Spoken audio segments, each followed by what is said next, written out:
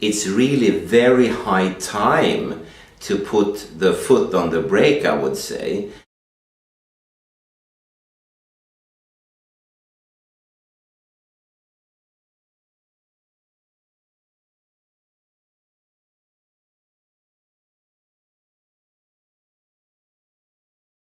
My name is Olle Johansson. I'm from Stockholm, Sweden. I work at the Karolinska Institute, which is very famous for its Nobel Prize in physiology or medicine. And I have been studying the area of neuroscience for many years in the area of health effects of electromagnetic radiation, like from mobile phones, indoor telephones, Wi-Fi.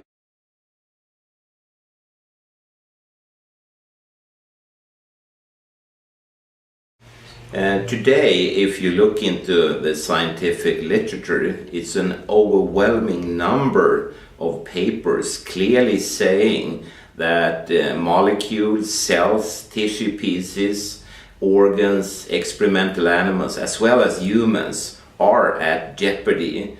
And the main findings could be summarized that you see biological and biomedical effects at very low exposure levels, far below the current public exposure guidelines, and interest is very much nowadays focused on long-term effects at so-called non-thermal levels, meaning that you don't get a heating from your mobile phone, for instance, but we are talking about other biologically important effects which can only be understood really at very detailed level, involving, for instance, so-called ionic channels, transmitter, release, uptake, degradation, etc., etc., etc. A lot of very small details in biology, but that will generate, in long-term sense, health effects that could be very, very serious.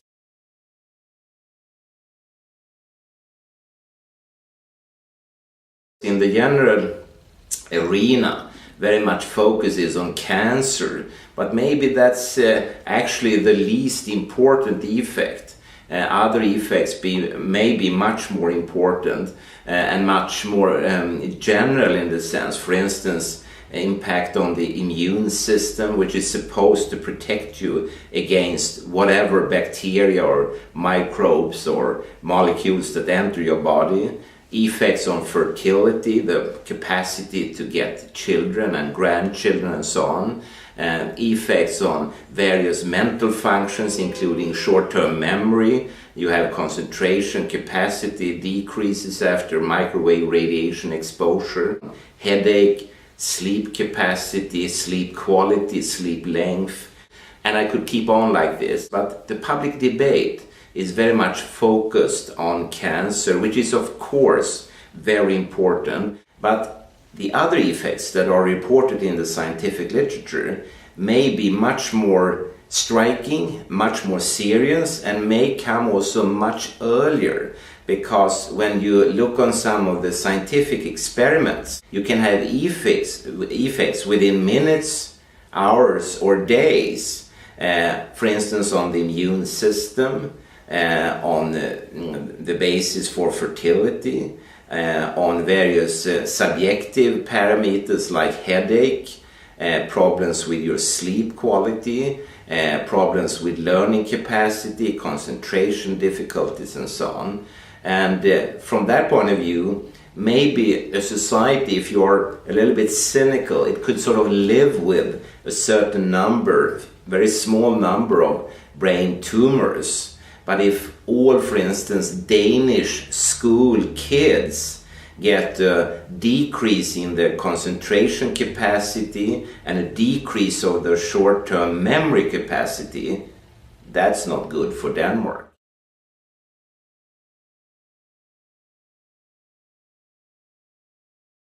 If you make some extrapolations from the current knowledge in the scientific literature, it's really very high time to put the foot on the brake, I would say, because some of these effects are not really revealed until further generations have been cycled. Maybe you could see an effect like in the 5th generation in the future, when it's very too late to say that, hey, we have to stop this exposure.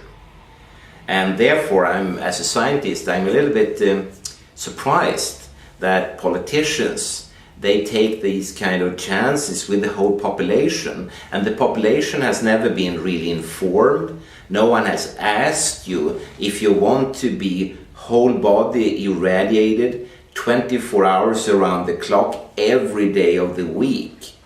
You are. While we sit here in Copenhagen, we are exposed to microwave levels that compared to natural background are of biblical proportions. They are astronomically very much higher, and no one has asked the population, is this all right or not? I have asked, for instance, the former Swedish government, I have said to them that since they have allowed public exposure of all Swedes, they must know from a scientific point of view that this is safe. So I asked them to send the relevant scientific papers, and they didn't send a single one. They had nothing, you know. So they just take a chance with the population, and hopefully it will turn out to be completely safe and there will be no risk. But that will also mean, you know, that thousands and thousands of scientific papers in well-controlled scientific journals using peer-review-based evaluation systems, all of these articles have to be wrong at the same time, and that has never ever happened before in science history. What you say actually is that there must be a risk. I mean, it is definitely a risk, and for some of these areas, the risk is, from a proportional point of view, very, very high.